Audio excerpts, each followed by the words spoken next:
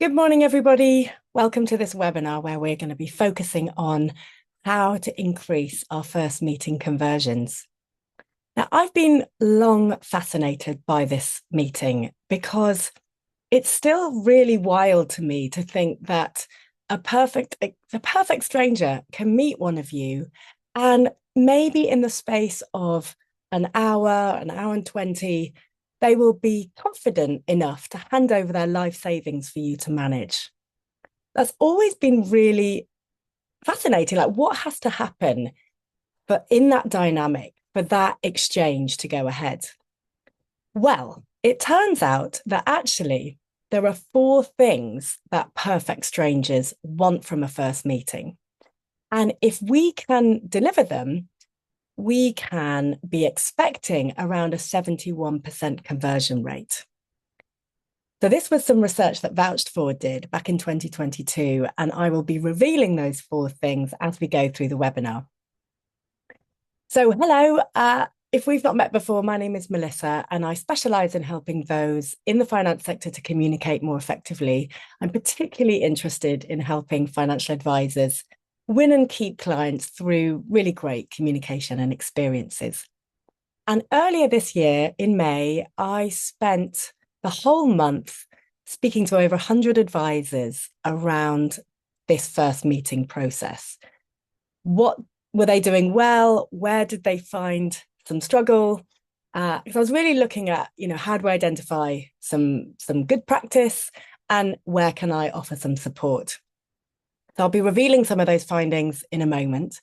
But to give you a little bit of background, I don't want to talk too much about me, but my first job was as a copywriter. So it was my job, my responsibility to write the words and on websites and brochures in order for people to change their behavior and buy things. And I got really, really interested in psychology, studied that, then trained to be a coach. And then I have combined my psychology and communication skills. And now I work in the finance sector.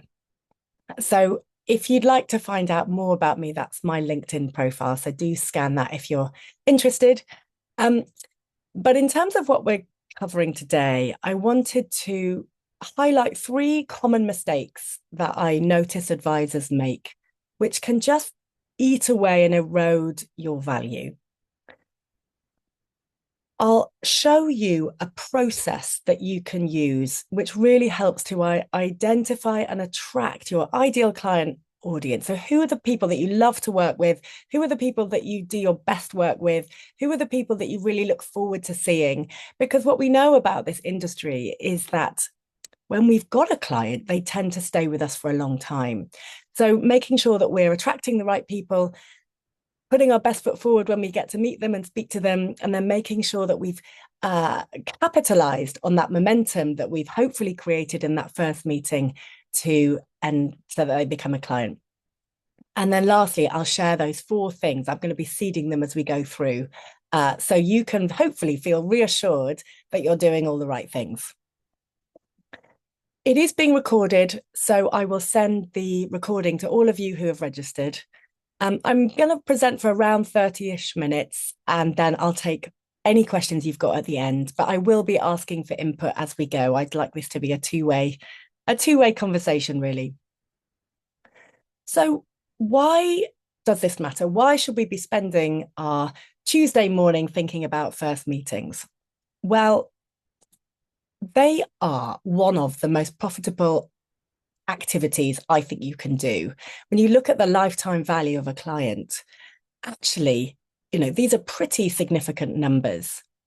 And not only that, of course, as I mentioned, your retention tends to be pretty high. So the churn is quite low. And these figures, I think, are actually quite conservative because they don't take into account all the referral opportunities that come your way when you do such a good job. So essentially, they're really profitable activities. Secondly, according to Morningstar, most prospects actually only interview one or two advisors before making their final decision. So this isn't the place to be rehearsing skills. This isn't the place to be winging it, because the stakes are quite high. It can be quite expensive for some of you to actually get to this position where you're sitting in front of somebody. Maybe you've spent money on advertising, maybe you've hired a marketing agency. So when you get to this point, actually, you want to make sure that you are competent and confident. You don't really want to be winging it or rehearsing. And then finally, of course, there's a lot of talk about the advice gap, and it's not really budging.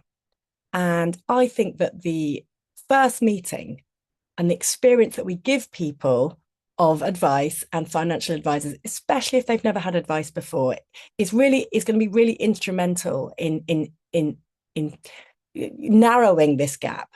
I think when we get in front of people that may be nervous or overwhelmed or full of shame, and we make them feel okay, and we make them feel like they can tell us things that perhaps they've not told anybody before, they can leave that meeting thinking, wow, I did not expect that meeting to be like that. So how we settle their minds and have a good productive conversation is partly what we're going to be talking about today. So in terms of how I carried out my research, I have a newsletter called Humanizing Money. It goes out every fortnight, and I essentially put a shout out in my newsletter, say, I'm really interested in this topic. I'd love to talk to any of you who'd be willing to give me 30 minutes of your time. And yeah, I was really overwhelmed by how many people said yes. So I spoke to over 100 people. And the way that the conversations went were, I asked them how happy they are with their conversion ratios. I should say I spoke to a huge range of firms. So some firms were big, some firms were solo advisors, some firms were getting, 90% conversions, others were getting much, much lower than that. Others were getting 3 referrals a week, others were getting 1 a month. So a real breadth in the research. I then asked them to describe their meeting process.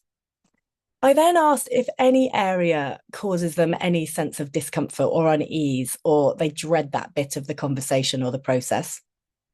I then analysed all my data for themes, and then I drew on, there's quite a lot of existing research out there in terms of, what Morningstar have done, what Vouch4 have done, what Vanguard have done. There's quite a lot out there, but I hadn't seen anything specifically offering people to, practical skills and processes to help them. So that's what I've developed in a mentoring program, which I'll touch on later.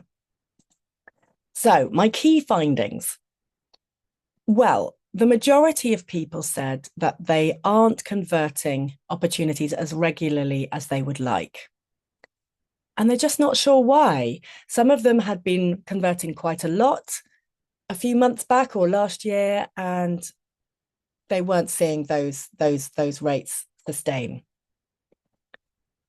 So then I moved on to, okay, so what area, if any, cause you any sense of discomfort?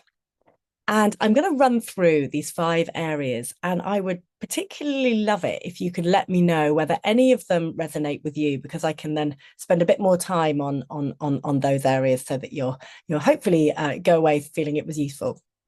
So the first is, in the top spot, people struggle to communicate their value. And this is for lots of reasons. Yes, you can answer expensive questions, but ultimately you're selling the invisible. Ultimately, you're selling something abstract. And that can be quite a difficult thing to quantify. It can also, we can also think that people are only focused on the facts and the figures, but actually, of course, there's this big emotional component to why people want to work with an advisor. What is that reassurance? What is that peace of mind that they're looking for? Linked to this was people struggling to discuss fees. And there are a lot of fee changes going on in the marketplace. There are a lot of fee structures that are quite complicated. There's a lot of sort of PR that's gone out about some firms being more expensive. So helping people to be fluent and confident and competent and clear about their fees is really important. I think some firms have been a little bit ambiguous or have avoided the conversation, which has sometimes generated a little bit of suspicion in people, and they've not moved forward. So these two are quite linked, as you can see. The third is asking for the business. So of course, no one wants to feel like a pushy salesman. That just isn't why we got into this profession at all. And yet we do need to make sure that there is some momentum and some progress happening. We're looking to find a fit, and we're looking to help people make smart decisions around their money. So this can be an area of discomfort, and you can sort of see they're all quite linked. Fourth was they've had a really good meeting. The prospect's making all the right noises, and you're pretty certain that they're going to become a client, and then crickets, absolutely nothing. And many people mentioned that they're then just unsure, like what to say at that point. How do you follow up, nudge, just checking you got it without sounding desperate? So what can you do at that point? And then the fifth was right at the sort of top of the process, which is how do we fill the funnel, as it were, with the right type of people? How do we get the ideal people that we want to work with in our funnel so that we can sit in front of them and hopefully they can become clients? So yes, I'd love to know which out of those, if any, resonate with you. Would you like to jot the number down? Number 4, following up. Yes, 4, lots of 4s. Okay, that's really interesting. Oh, 4 again. Okay. Number 3, asking for the business. Yeah, 1, 3, and 4. Number 2, discussing fees. Yes. Okay, lots of 4s. Number 5. Okay, great. Fees. Yes, fees is a very hot topic currently. 1, 2, and 4. Okay, thank you so much. Thank you for sharing those. Right. Well, what you might notice is that largely these challenges fall towards the end of the process. You know, they're asking for the business, they're talking about fees, but actually you can take some really important steps much earlier in the process, which can really ease that sense of discomfort. And what I notice is that some firms are actually missing those steps, or they are just making a few mistakes earlier in the process. And so that's what I want to talk about now. And the first common mistake, I would say, is people adopting the wrong mindset. And that can then impact how we create our first impression. And that then can mean that the rapport building, that rapport element, that all important first few moments of how we meet eyes and we get a sense of whether we like and trust this person, can be affected. So we're going to start with mindset, because my background is psychology, as I mentioned, and I think any kind of behavior change or any language or any tone, all of that communication can start with our mindset. So given what I've said about how important these first meetings are, it's very, very normal for us to be in this mode of, oh my gosh, you know, we spent so much money getting in front of this person. I need to get this right. I've got to make a good first impression. I need to demonstrate my expertise so that they feel like their money is in safe hands. I need to convince them, and then I need to convert them. And that's a very, very normal mindset to be in. But what we know from a neuroscience perspective is that actually we are hardwired to perceive the mind of another. We've got these amazing things called mirror neurons in the front of our brains, and they can really pick up what's going on for the other person. You know, it's a bit like neural Wi-Fi. And you'll know yourself, you will have a sense of when someone is trying to sell you something or they've got an agenda. We can just feel it. And of course, we can also notice if someone is really nervous. Emotions tend to be quite contagious. So what I would encourage you to do is to just get into a mindset of being a helper, of just trying to connect with this other person to see whether you can help them or not. And it might be that you can't. But when you're just in that open mindset of, I'm just meeting another human being to see if I can help. And that how can really shape how the meeting goes. The second mistake that people sometimes make is that they ask ineffective questions. And this again can rest on being in the wrong mindset. But that means that the conversation doesn't flow as easily as it might. So I'm interested, reflecting on what can happen when we ask an ineffective question. What in your experience, we've all probably done it. What happens when we ask an ineffective question?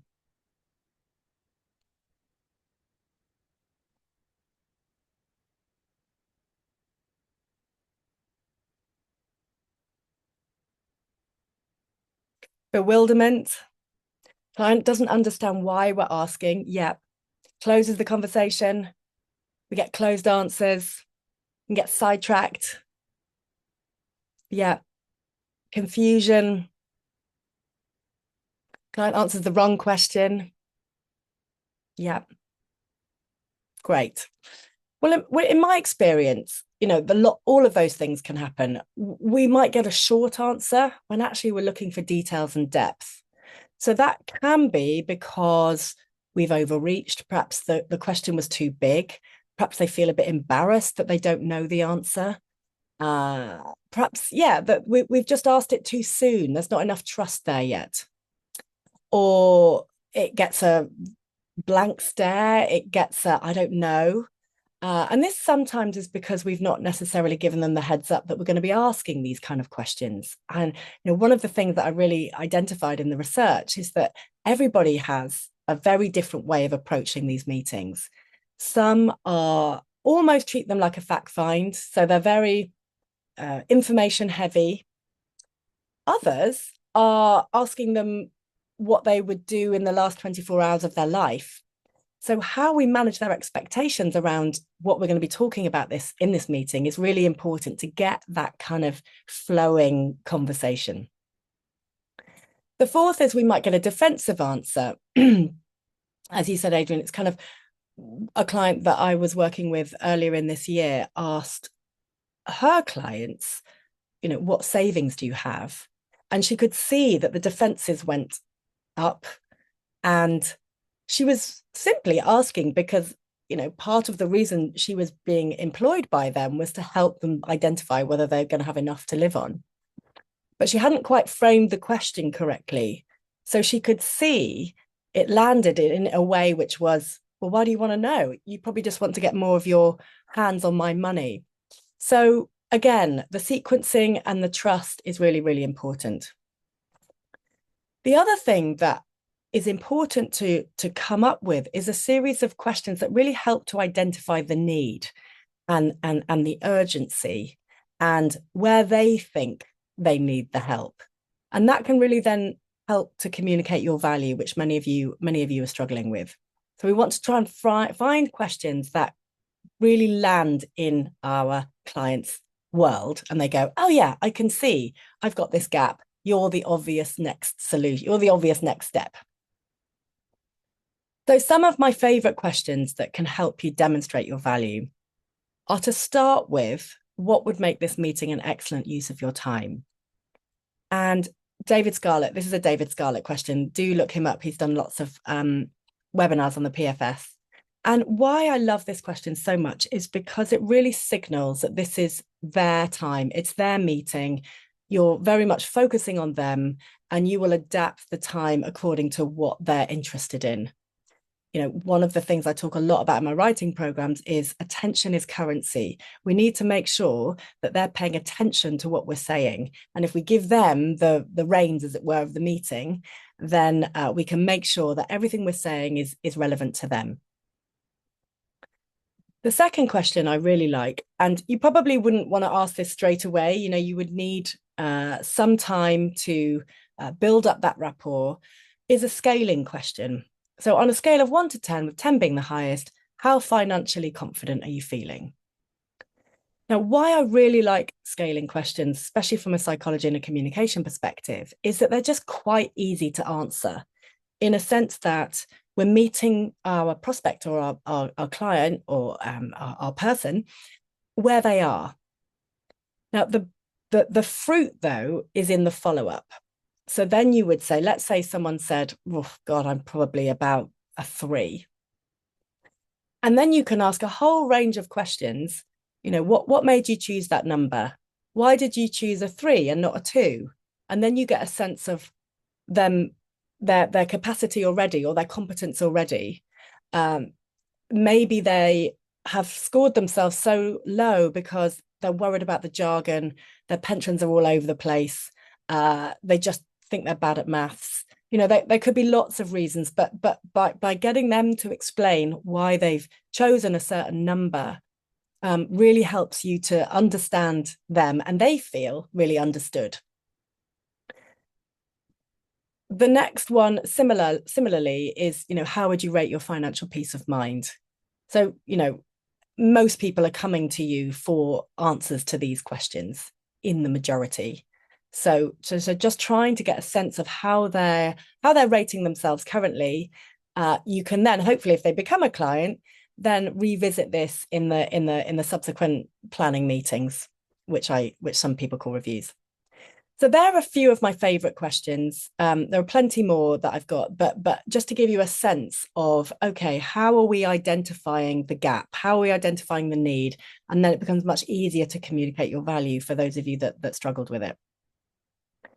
For many of you who talked about the fee conversation being difficult, if you've actually got them to say, I'm a 3, and you can then say, you know what, many of our clients, when we first started working them, were a 3 or even lower. And actually, within a couple of years, we were able to get them up to a 6, 7, 8, really quite quickly.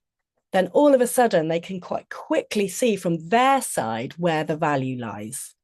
And then the fee conversation becomes much easier.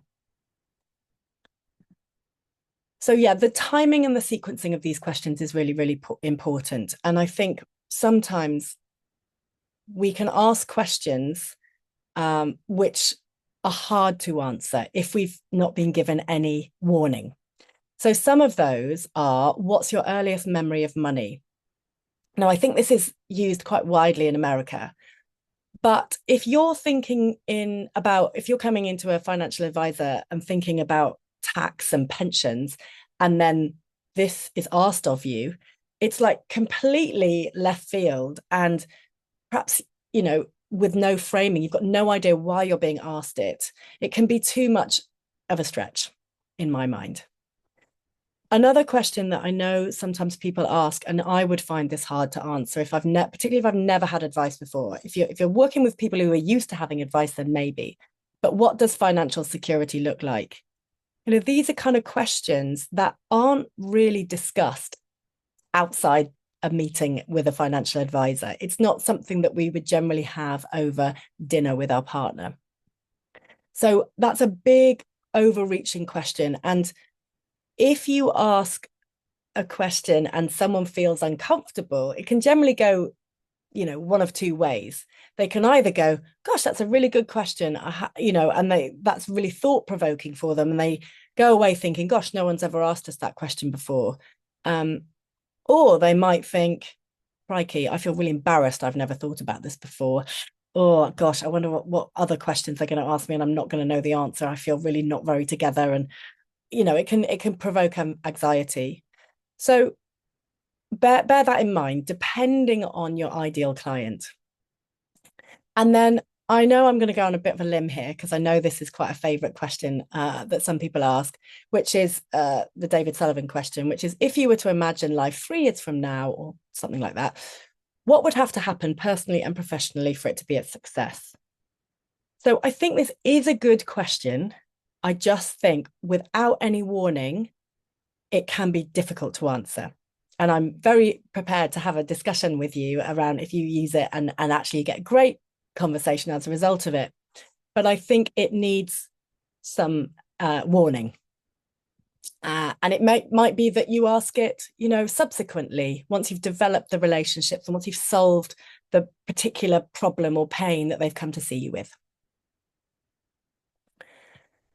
So let's now move on to the third mistake, which is, often if we ask a good question, we really must then listen to the answer. And very often, for lots and lots of different reasons, advisors talk too much and not listen enough.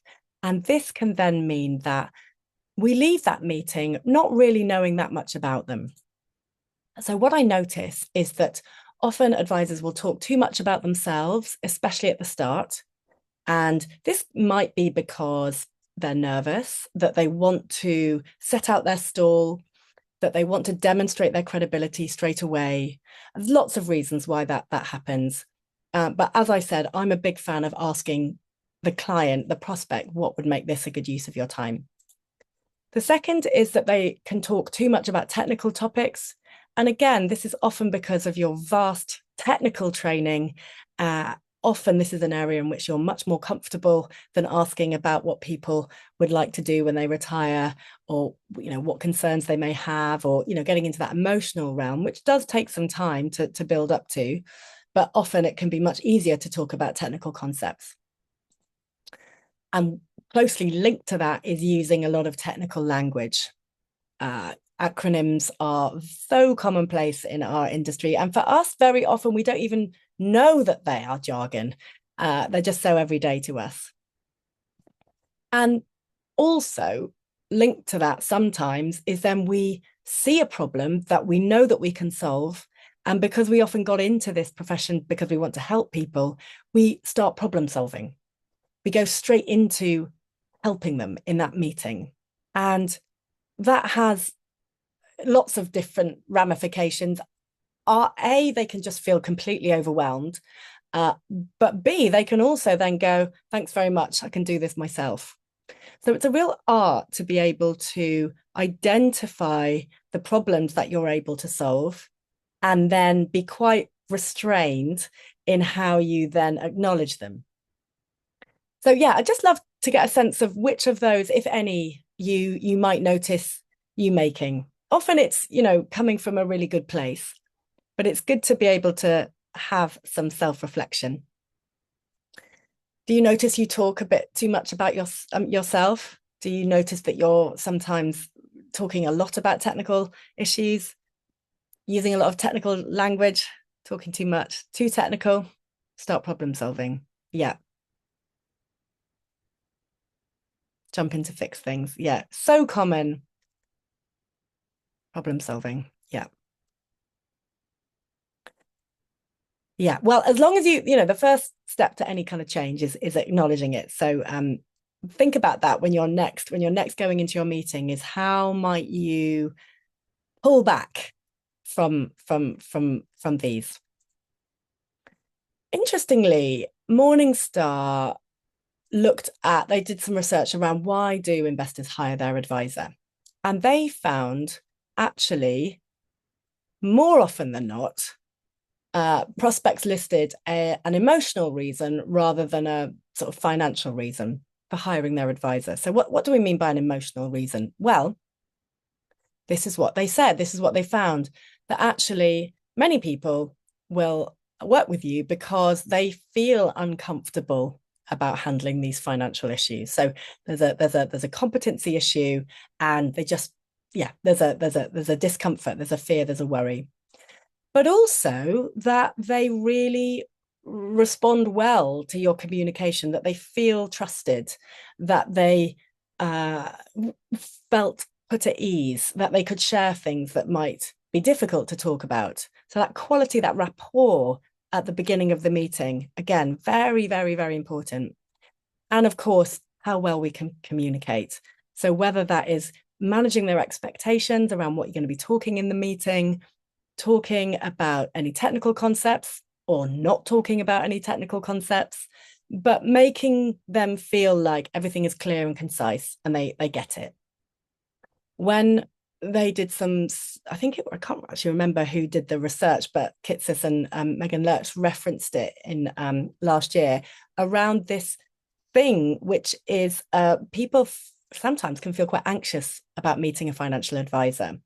And men typically would fear being judged, that they're not far enough down the path. And women would fear that they just wouldn't understand the language. So, we can experience these anxieties differently depending on whether a man or a woman or in between. And yeah, so bear that in mind, because I know some people get really nervous before meeting a prospect, which is totally normal as well, because often we do when we're meeting someone new. But bear that in mind, that they're often quite nervous of you too. So you'll see that often these kind of skills are called soft skills. And I think that can sometimes have a little bit of it can be a bit of a pejorative term. And yet I want to argue, as this research backs up, that these really are make or break skills. The rapport that you're able to forge with somebody really, really is important in terms of whether they'll progress or not. So if you're clear and confident and competent in those initial steps, then the next part is much easier. And this is really where communicating your value, discussing fees, turning any objections, any hesitations into opportunities, and asking for the business, and following up. All of those things become much easier once you've got those earlier steps in place.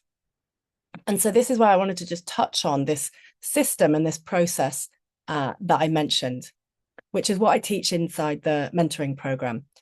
But even if you're not interested in the mentoring program, these building blocks are really, really fundamental to your business. So it's really imperative to have a clear idea of your ideal target audience. Who are you best positioned to work with? What problems do you want? What levels of complexity do you want? Do you want to have lots of face-to-face meetings? Who are the people that you want to work with? And we'll focus on that in a bit more detail.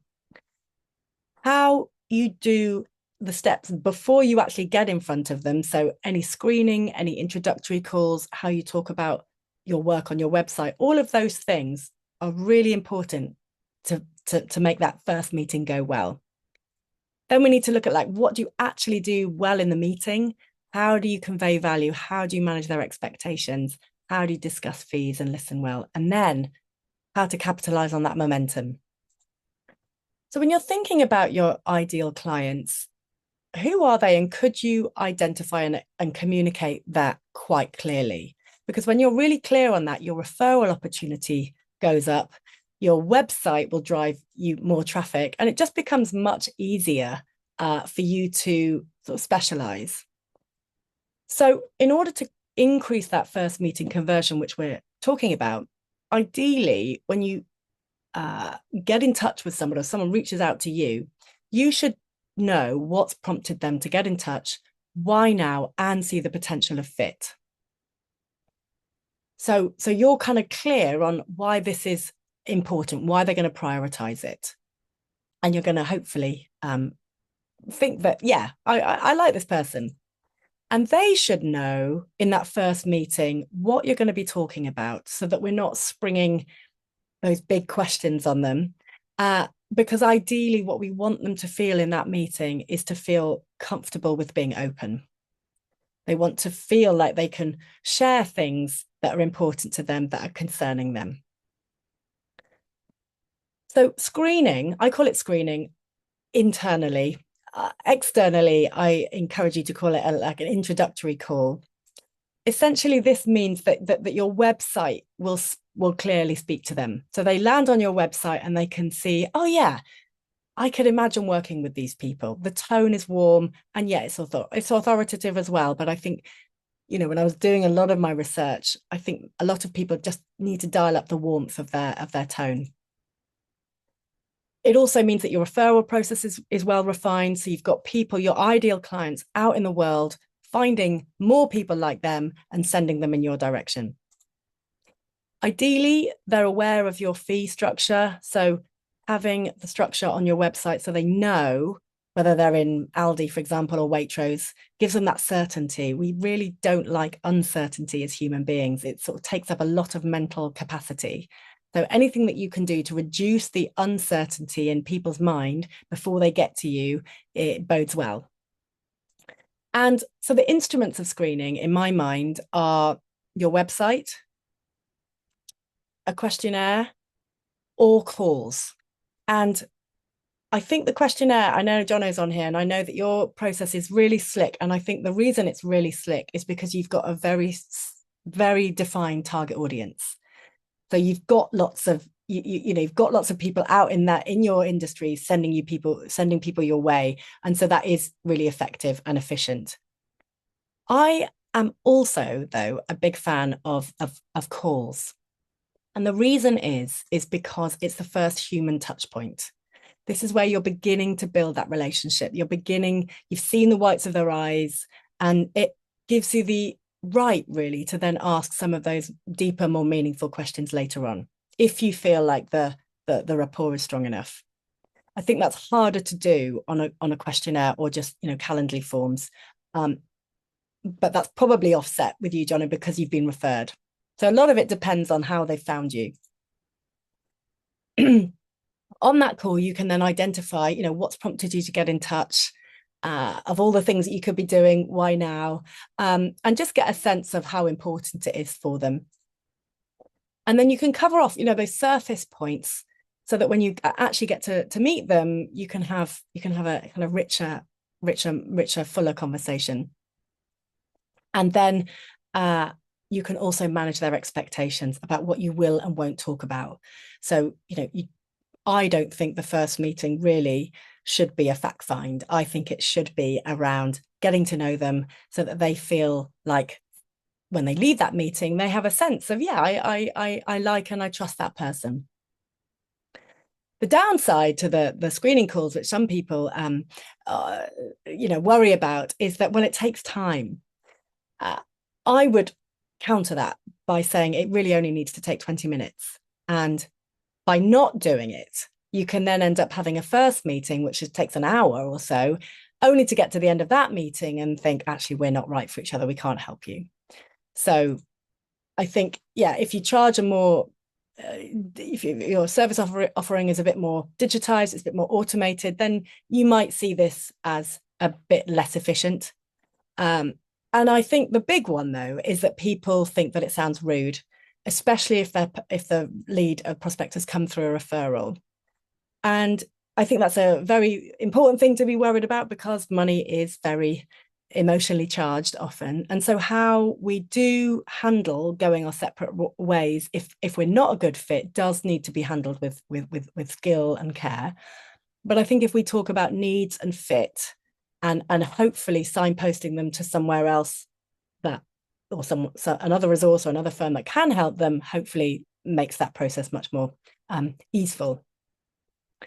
So just what else goes on, what else we need to be thinking about before you actually get in front of people, is really, you know, having a system for that filtering process. So how you identify your audience, how you hold that call, how you set that call up, how you follow that call up as well. And useful phrases for your website, so that when people land on your website, they can clearly see, oh yeah, I am that person, I'm not that person. Just helps give people that clarity. And during the meeting, this is all about, how do we get into that right mindset? How do we create that good first impression? How do we ask those right, powerful questions at a good time, which really demonstrate our value? So much of this meeting rests on our listening skills, getting them to expand, getting them to feel comfortable.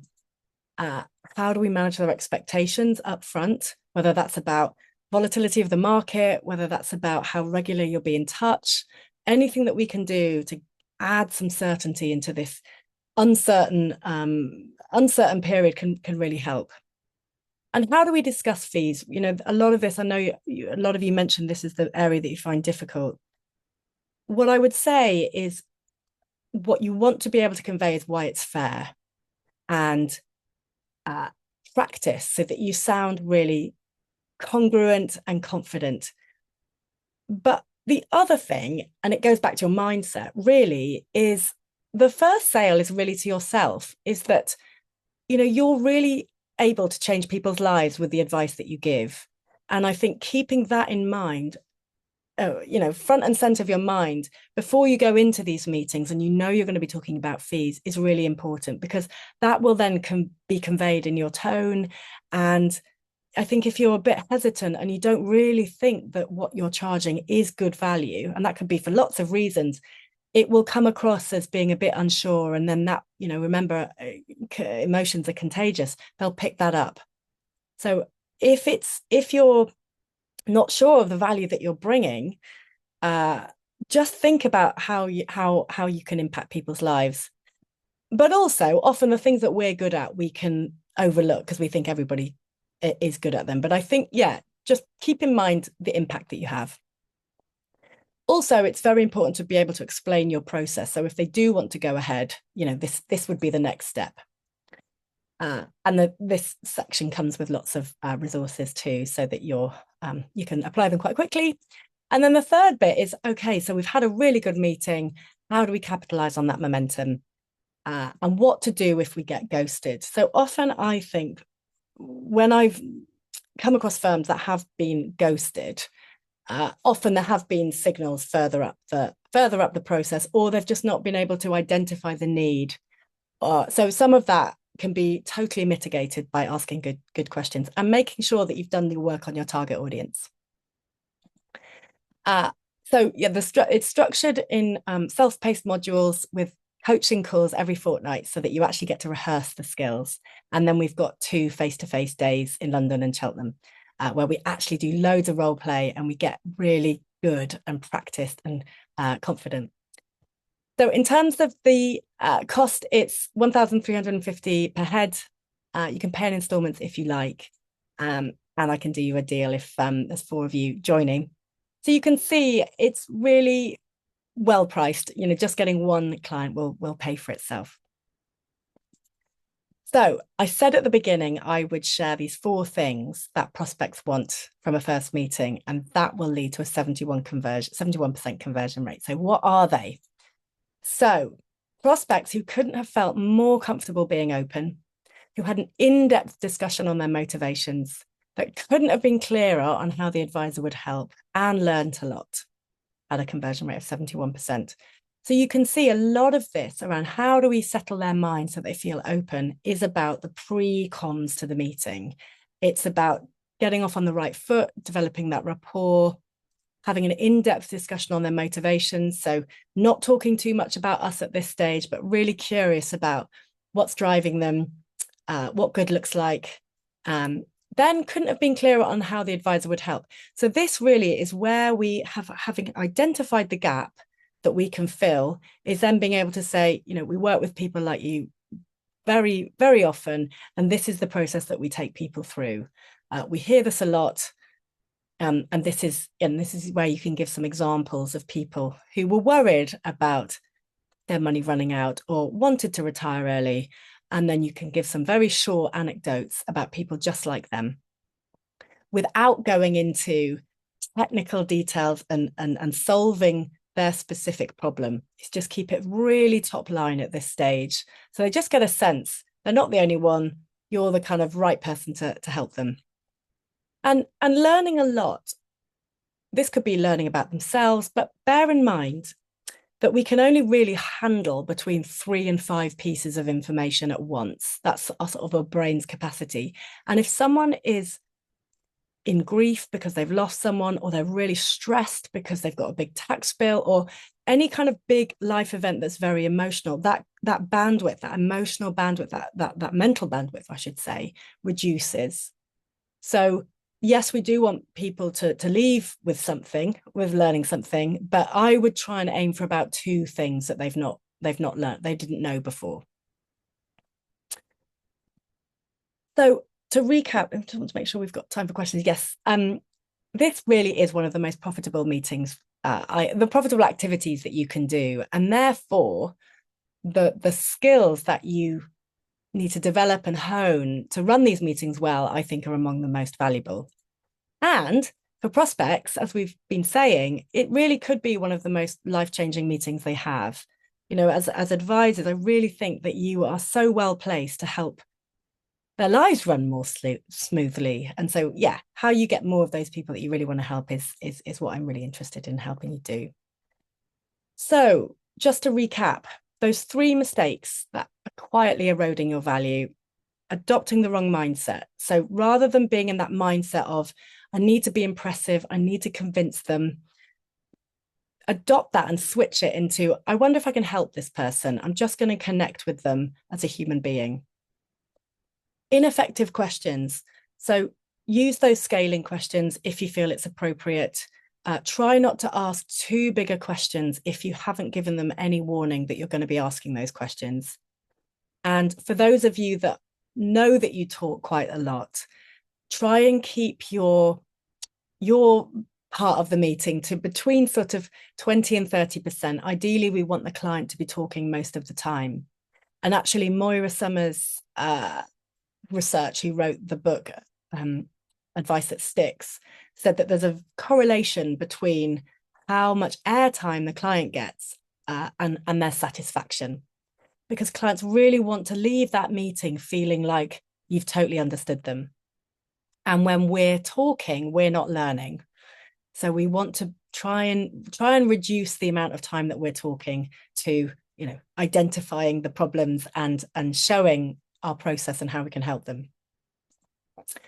I went through the 3 steps to the improving your conversion, which is really looking at, a lot of what we do is identifying activities and sort of blocks really of attention before we actually get in front of somebody. And then how do we use that psychology and that research to make sure that momentum continues? And then, Vouch For's research, looking at those 4 things that clients want, which will enable this 71% conversion rate. So make sure that they can do what you can really to create that meeting condition so that they feel comfortable to be open.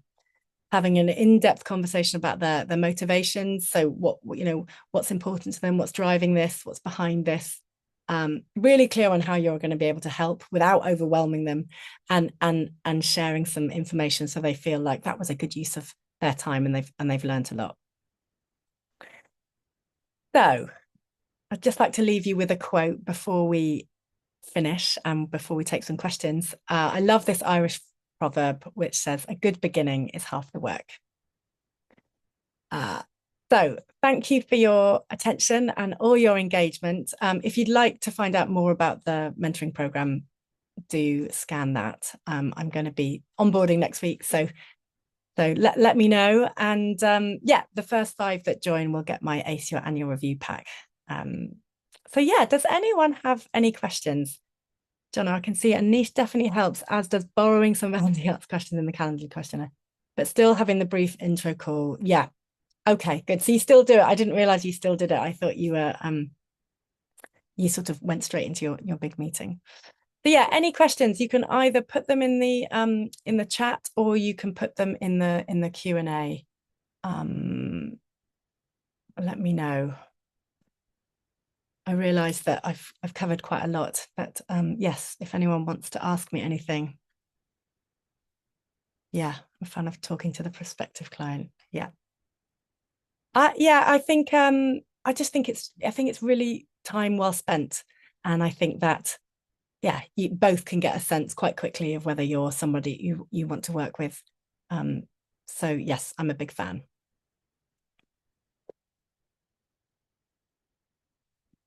Any questions?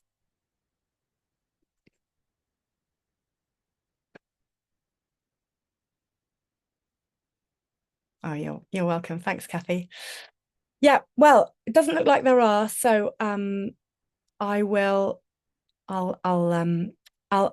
stop there. But thanks so much, and I hope to see you again. Take care.